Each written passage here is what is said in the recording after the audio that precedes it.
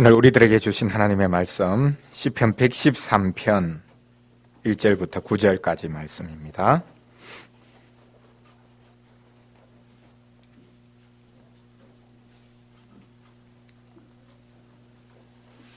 시편 113편 1절부터 9절까지 말씀입니다.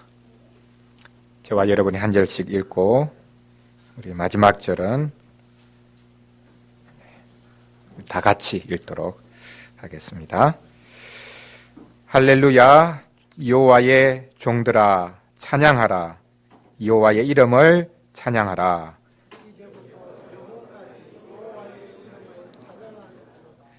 해 돋는 데에서부터 해 지는 데까지 여호와의 이름이 찬양을 받으시리로다.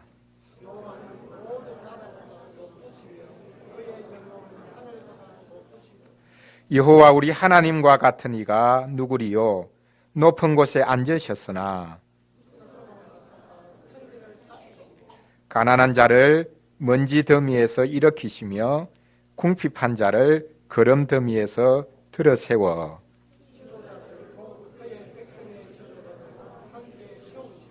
같이 읽습니다. 또 임신하지 못하던 여자를 집에 살게 하사 자녀들을 즐겁게 하는 어머니가 되게 하시는도다. 할렐루야. 아멘.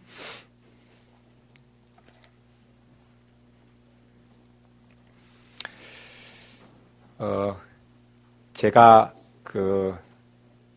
다른 목사님이 작성하신 설교문을 이제 대독하는 것은 이제 처음입니다. 제가 작성하지 않고 예배 시간에 설교문을 이렇게 대독하는 것이 이제 처음인데요.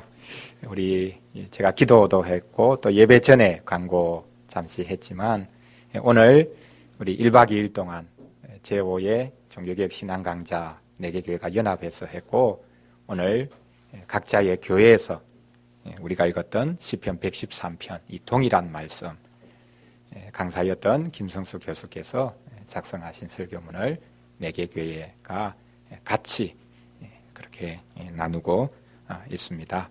4개 교회가 동일한 말씀을 이 시간 받고 있다. 그래서 흩어져 있지만 말씀의 하나됨을 누릴 수 있는 복된 시간입니다. 이것을 여러분 염두에 두시고 말씀을 들으면 좋겠습니다. 작성한 설교문을 제가 읽고 또 제가 저희 교회 형편 또 오늘 성찬식이 있기 때문에 마지막 부분에는 성찬식과 관련된 부분을 제가 첨가했습니다. 낮은 자를 일으키려 오시다 라는 설교 제목입니다. 누가복음 2장 14절에 보면 천사들이 아기 예수의 탄생을 축하하며 하나님을 찬양하고 있습니다. 그 가사는 이렇습니다. 우리가 잘 아는 가사이지요. 성탄절에 우리가 늘 머릿속에 떠올리고 또한 외우고 있는 내용입니다. 지극히 높은 곳에서는 하나님께 영광이요 땅에서는 기뻐하심을 입은 사람들 중에 평화로다. 예수님의 탄생이 하나님께는 영광이 되고 땅에서는 그분을 맞이하는 사람들에게 평화가 된다는 말씀입니다. 사랑하는 성도 여러분, 하나님이신 분이 인간의 몸을 입고 이 땅에 오신 것, 그것도 가장 낮고 낮은 곳으로 오신 것이 온 세상에 평화를 가져다 줍니다. 그것이 하나님의 뜻을 이룹니다. 오늘 우리가 함께 읽은 시편은 하나님이 낮고 낮은 인간들에게 오신 것이 처음이 아니라는 것을 노래하고 있습니다. 오늘 본문 4절부터 6절까지 이 말씀을 우리가 다시 한 번 더 같이 읽어 보겠습니다.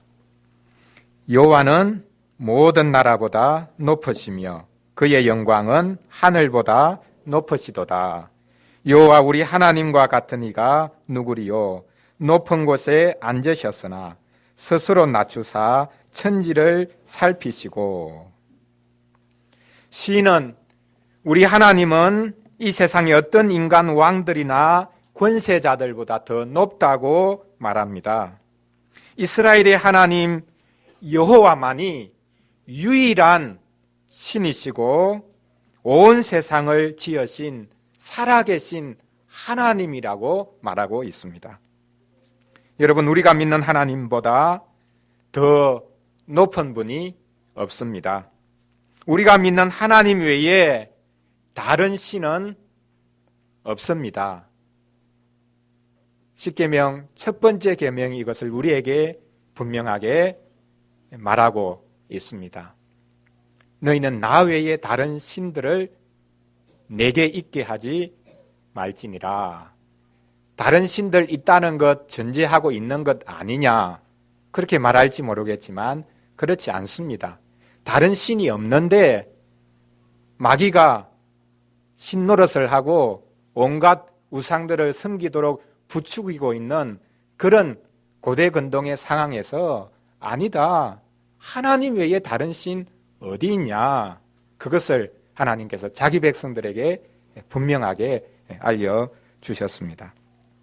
우리가 믿는 하나님은 이 세상과 우리 인생의 주인으로서 온 세상을 주님의 뜻대로 다스리십니다. 그래서 우리는 우리의 삶을 마음 놓고 그분께 맡길 수 있습니다. 그런데 더 놀라운 것은 이렇게 높으신 하나님이 스스로를 낮추신다는 사실입니다. 6절을 보십시오. 스스로 낮추사 천지를 살피십니다. 스스로 낮추셔서 우리가 어떻게 사는지를 보시고 우리를 돌봐주신다는 것입니다. 하나님은 저 높은 하늘에서 팔짱을 끼고 이 세상을 지켜만 보고 계시는 것이 아니라는 말씀입니다. 이 세상을 창조하신 그때부터 하나님께서는 스스로 낮추셔서 우리의 고통을 함께 아파하셨고, 그래서 우리의 고통을 해결해 주셨다는 뜻입니다. 높으신 하나님은 죄를 범한 아담과 하와에게 바로 찾아와 주셨고, 타락한 세상 환경에서 보호해 주겠다라는 표시로 가죽 옷을 지어 입히십니다. 높으신 하나님은 이스라엘이 이집트 왕의 노예로 혹독한 노역에 시달리고 있을 때 그들의 신음소리를 들으시고 그들 가운데 내려와 주셨습니다. 그래서 그들을 괴롭게 하던 바로 왕의 압제를 물리치시고 이스라엘을 구원해 내셨습니다. 이스라엘이 약속의 땅으로 갈 때에는 광야 한가운데 백성들과 함께 텐트를 치시고 구름 기둥과 불 기둥으로 자기 백성과 함께 하셨습니다. 오늘 우리가 읽은 시편부터 118편까지를 유대 전통에서는 출애굽 할렐이라고 부릅니다. 출애굽 시에 하나님께서 낮고 천한 이스라엘을 스스로 찾아와 주셔서 그들을 건져주신 것을 찬양하는 시편들입니다. 예수님이 마지막 만찬 때 유월절을 지키면서 제자들과 함께 부르셨던 시편 중에 하나가 바로 이 출애굽 할렐 시편입니다. 113편, 114편을 유월절 식사 전에 종종 불렀고, 그리고 115편, 6편, 7편, 8편 나머지 4편을 유월절 식사 후에 불렀습니다. 그래서 우리가 사복음서에 보면 예수님께서 제자들과 더불어 유월절 식사 최후의 만찬을 하신 후에 기도하러 가시는데 찬양하면서 겟세마네 동산으로 기도하러 가셨다. 동산으로 기도하러 가셨다. 찬양하시면서 가셨다라고 기록하고 있는데 그 찬양이 바로 여기 113편부터 시작되는 출애굽을 기념하면서 낮고 낮은 자기 백성을 돌아봐 주신 것을 기념하면서 하나님의 백성들이 유월절에 불렀던 바로 이 시편이었음을 우리가 알 수 있습니다. 이스라엘이 가나안 땅에 들어간 후에도 높으신 하나님은 자기 백성들의 신음소리에 귀를 기울이시고 대적들을 물리쳐 주셨습니다. 솔로몬이 지은 성전에 내려오셔서 자기 백성들과 만나시고 그들의 탄식을 들으시고 그들의 기도를 응답해 주셨습니다. 선지자들에게 성령으로 임하셔서 이스라엘이 가야 할 길을 말씀해 주시기도 했습니다. 이 모든 것이 하나님께서 친히 낮아지셔서 하신 일입니다. 이스라엘 백성이 경험한 모든 구원은 하나님께서 낮아지셔서 자기 백성과 함께 하셨기 때문에 가능하게 된 일이었다는 말입니다. 하나님은 불순종한 이스라엘이 바벨론의 포로로 잡혀갔을 때에도 하나님은 그들을 버리신 것 같이 보였지만 그들과 함께 가셨습니다. 바벨론이 아수르가 겉으로는 그렇게 생각했을지 모르겠습니다. 자기들이 이스라엘을 포로로 잡아갈 때 자기들의 신이 이스라엘의 하나님을 포로로 지금 잡고 끌고 가고 있다. 그렇게 생각을 했을 것입니다. 사실 일리가 있는 말입니다. 포로로 이스라엘 백성이 끌려갈 때 하나님도 이스라엘과 더불어 끌려가셨다라고 말할 수 있는 측면이 있습니다. 끌려가신 것이 아니죠. 포로 생활하는 자기 백성과도 함께 하시기 위해서 가신 것입니다. 성소가 없어지고 예루살렘 성전이 파괴되었지만 포로로 잡혀간 그곳에서 하나님이 그들 가운데 성소가 되어주시고 고통당하는 그들과 함께 하셨습니다. 70년이 지난 후에는 그들을 다시 약속의 땅으로 돌아올 수 있게 만들어주셨습니다. 높으신 하나님은 우리가 죄를 지은 순간에도 우리를 외면하지 않고 찾아오셔서 우리의 죄를 고쳐주시기를 원하고 죄 때문에 우리가 당하는 고통에서도 구원해 주시기를 원하십니다. 하나님은 지극히 높은 보좌에 계시지만 낮아지고 낮아지셔서 더 이상 낮아질 수 없는 그곳까지 내려오셨습니다. 그곳이 어디겠습니까? 더 이상 낮아질 수 없는 그곳까지 내려오셨는데 그곳이 어디겠습니까? 바로 아기 예수가 누워있는 베들레헴의 한 외양간 구유입니다. 이 구유는 이 세상에서 가장 낮은 곳, 이 세상에서 가장 비천한 곳, 이 세상에서 가장 고통스러운 곳을 상징합니다. 예수님은 다윗의 후손으로 오셨지만 화려하고 아늑한 왕궁에서 고통당하는 백성들을 호령하지 않으십니다. 자기 백성들이 가장 고통당하는 곳, 자기 백성들 중에서 가장 낮은 자들이 있는 바로 그곳, 자기 백성들이 가장 힘들어하는 죄악의 현장 그 가운데 태어나셨고 그들과 함께 자라셨고 그들의 고통을 함께 나누신 후에 그들을 죄와 사망의 권세에서 구원하시기 위해 십자가에 달려 돌아가셨습니다. 우리의 낮고 천한 삶을 친히 짊어지셔서 우리를 높여 주시기를 원한 것입니다. 그래서 사도 바울은 말합니다. 부유하신 분이 우리를 위해서 가난하게 되신 것은 우리를 부욕케 하기 위함이라고 말입니다. 사랑하는 여러분, 우리의 삶은 어떻습니까? 교회 내에도 소외되고 낮은 곳에 사는 분들이 많습니다. 하지만 사회적으로 소외되고 장애를 가지고 있고 가난한 사람들만 힘든 것은 아닙니다. 남들이 보기에 큰 집을 가지고 있고 좋은 직장이 있고 돈도 많지만 가정에서의 불화로 고통당하는 사람들이 많습니다. 심각한 부부의 갈등으로 우울증에 걸려서 수시로 자살을 생각하는 사람들도 있습니다. 인생 전체를 걸었던 사업이 부도가 나서 절망하는 사람들도 있습니다. 큰 질병에 걸려 오랫동안 평생을 그 질병으로부터 벗어나지 못하고 있는 이들도 있습니다.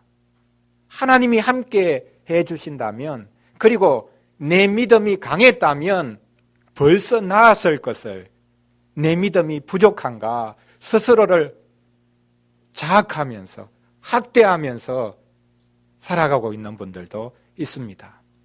하나님이 나와 함께 하셔서 한순간에 내 사업이 이렇게 회복되었다, 내가 이런 치유의 기적을 경험했다라고 말하는 이들 앞에 가면 갈수록 더 주눅이 드는, 나는 믿음이었구나, 나는 믿음이었구나.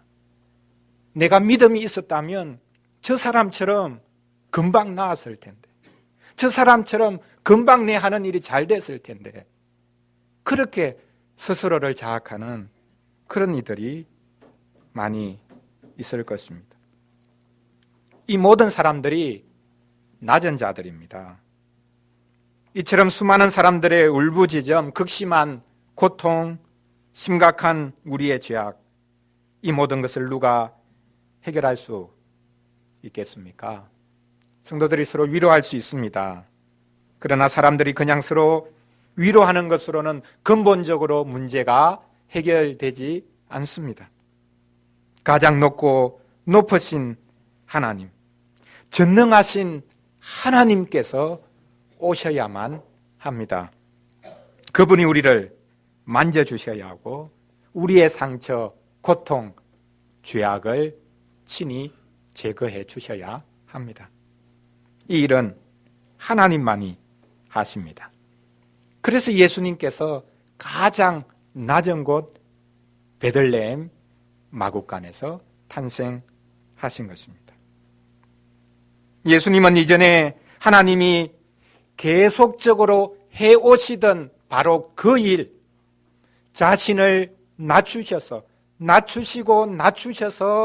자기 백성과 함께 하심으로 해오셨던 그 구원의 일, 그것을 이어서 하셨습니다. 죄 때문에 고통당하는 이들과 함께 하셨습니다. 자신을 낮춰서 이 땅을 보살펴 주셨습니다. 예수님이 하신 사역들을 한번 머릿속에 떠올려 보십시오. 단순한 기적이 아닙니다. 많은 사람들의 배고픔을 채워주셨고 질병을 고쳐주셨고 죄를 용서하셨습니다. 자신을 자랑하기 위해서 하신 것입니까? 내가 이렇게 대단하다라는 것을 시위하기 위한 행위였습니까? 아닙니다. 급기야 예수님은 우리의 모든 죄와 고통을 십자가에서 짊어지시고 돌아가셨습니다. 우리의 죄악과 고통의 문제를 근본적으로 해결해 주신 것입니다. 그리고 죄와 고통이 없는 부활의 몸으로 다시 살아나셔서 원래 당신이 앉으셨던 높고 높은 하나님의 보좌, 그곳으로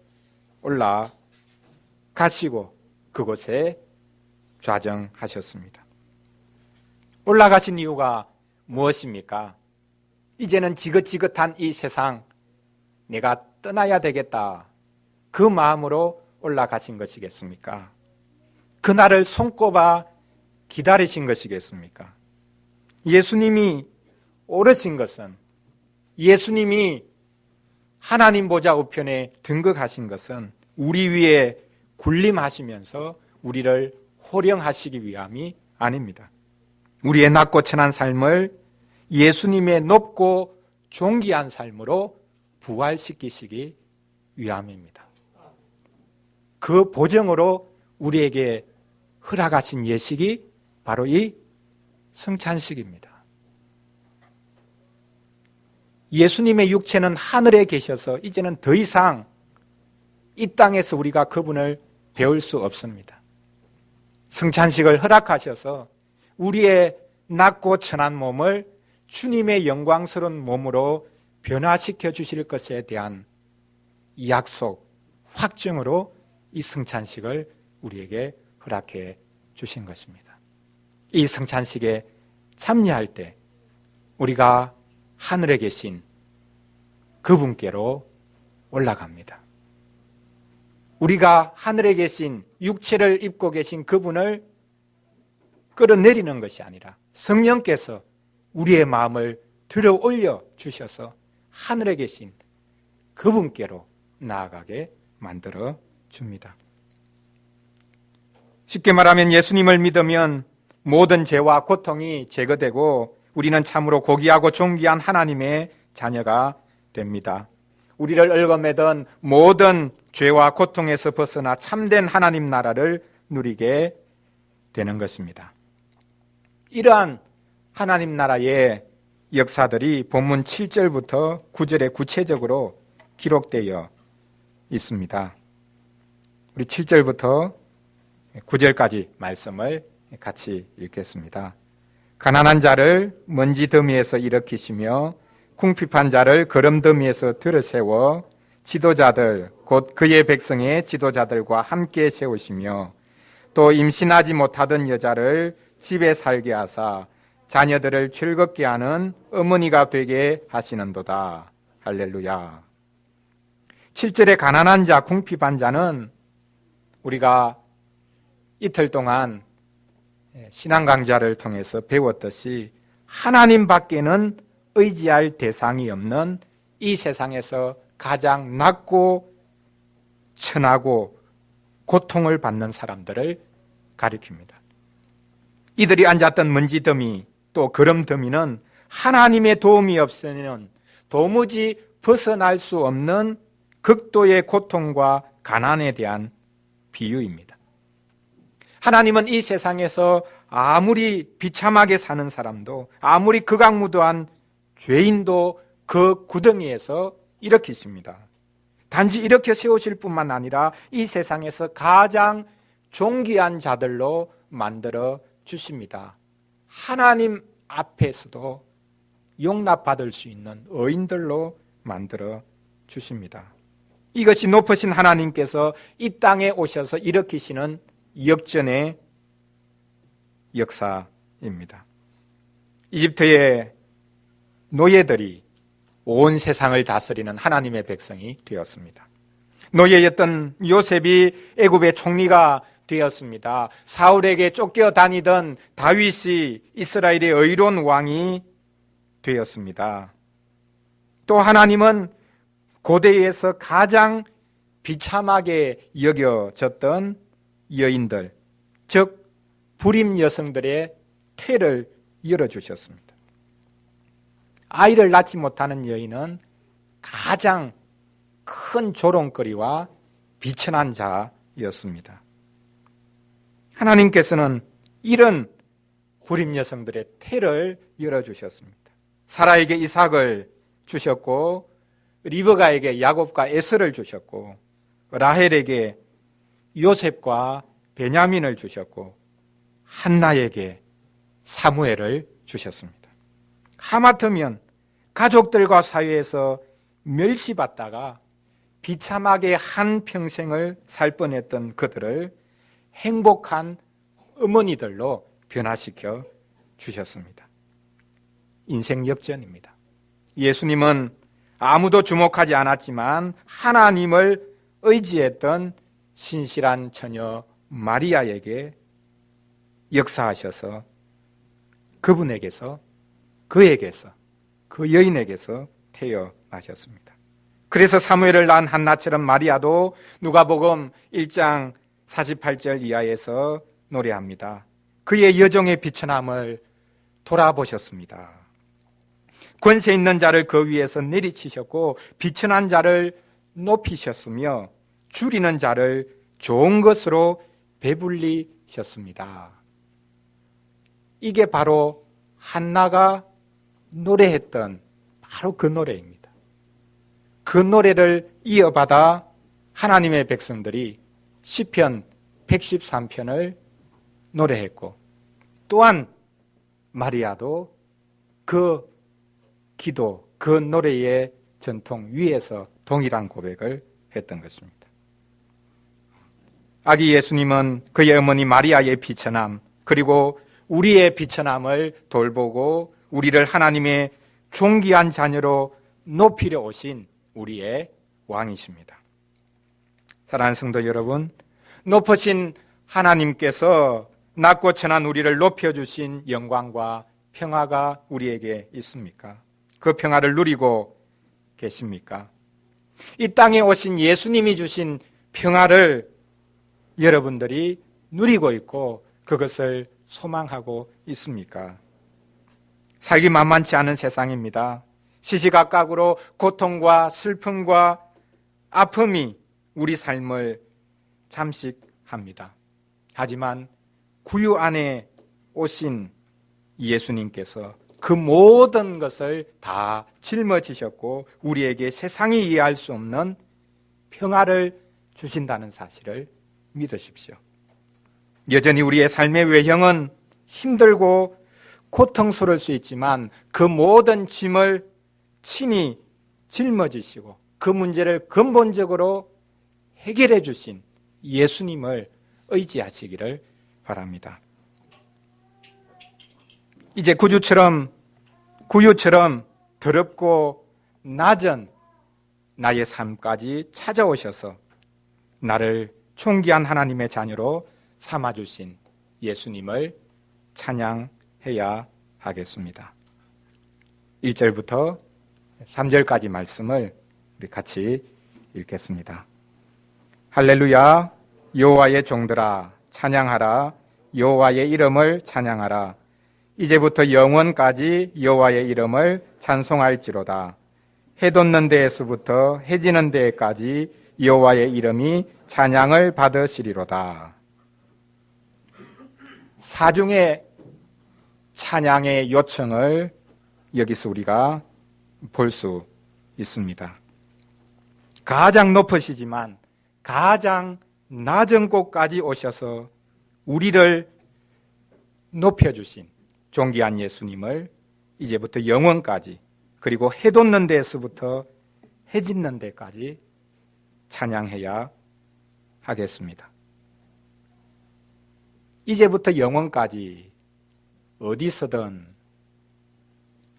그리고 언제든, 그리고 누구나 오늘 1절부터 3절은 사중적인 찬양을 요청하면서 누구든지 언제든지 어디서든지 하나님 그분이 해주신 일, 그 위대한 일을 우리가 찬양하지 않을 수 없다고 노래하고 있습니다.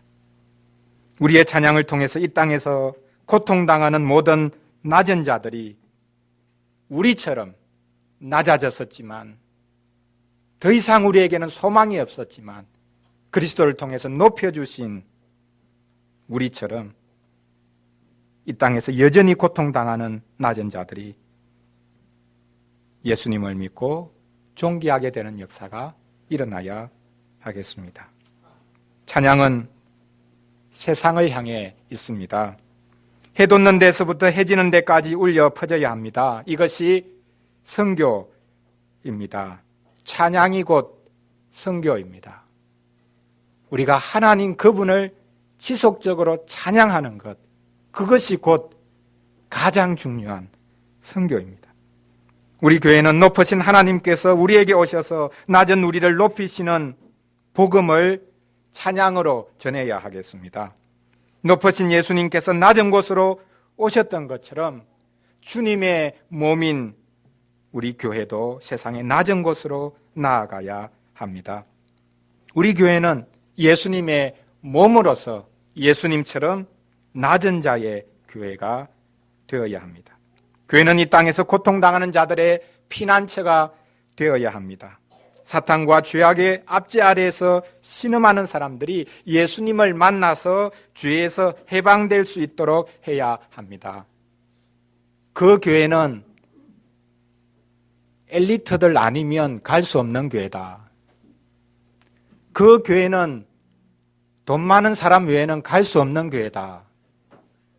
그렇게 인상을 준다면 그것이 참된 교회일 수가 있겠습니까? 교회도 어쩔 수 없이 한계가 있기 때문에 비슷한 종류의 분들이, 비슷한 어떤 관심사를 가진 분들이 주로 교회 구성원을 이룰 수 있습니다. 그건 현실입니다. 어쩔 수 없는 현실일 수 있습니다. 그럼에도 불구하고 주님께서 낮고 낮은 이 땅에 오셨다.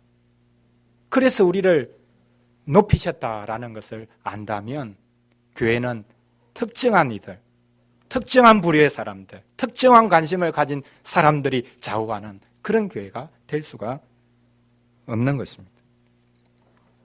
야고보서 1장 27절에서는 하나님 아버지 앞에서 정결하고 더러움이 없는 경건은 곧 고아와 과부를 그 환난 중에 돌아보고 또 자기를 지켜 세속에 물들지 아니하는 그것이라 라고 했습니다. 세상에서 차별당하고 불의를 당해도 의지할 곳 없는 고아와 과부와 같은 사람들을 돌아보는 교회가 되어야 합니다. 높으신 하나님께서 낮은 자를 구하러 오셨던 것처럼 우리도 존귀한 하나님의 자녀들이지만 세상의 낮은 곳으로 나아가야 하는 것입니다. 높으신 하나님께서 낮고 천한 우리에게로 오셨을 때 우리에게 평화가 임했습니다. 우리가 낮은 자들에게로 나아갈 때 그곳에도 평화가 임할 것입니다. 우리가 성령을 의지하여 고아와 과부들과 가난한 자들에게 나아갈 때 그들 가운데서도 운명의 역전이 일어나게 될 것입니다. 그것을 우리는 기적이라고 부릅니다. 사랑하는 성도 여러분, 높은 하늘 영광을 버리고 낮은 우리를 구원하러 오신 예수님을 날마다 의지하십시오. 그분의 높이시는 역전의 은혜를 날마다 누리십시오. 그리고 낮아지셔서 우리를 높이시는 그분의 은혜와 사랑을 찬양하고 주변의 낮은 자들, 가난한 자들에게 나누십시오.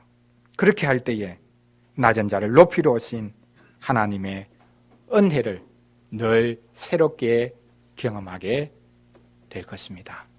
오늘 성찬식이 바로 이 복된 은혜의 자리로 우리를 불러주시는 복이 선언되는 자리입니다. 높고 높으신 그분께서 지극히 자신을 낮추셨다.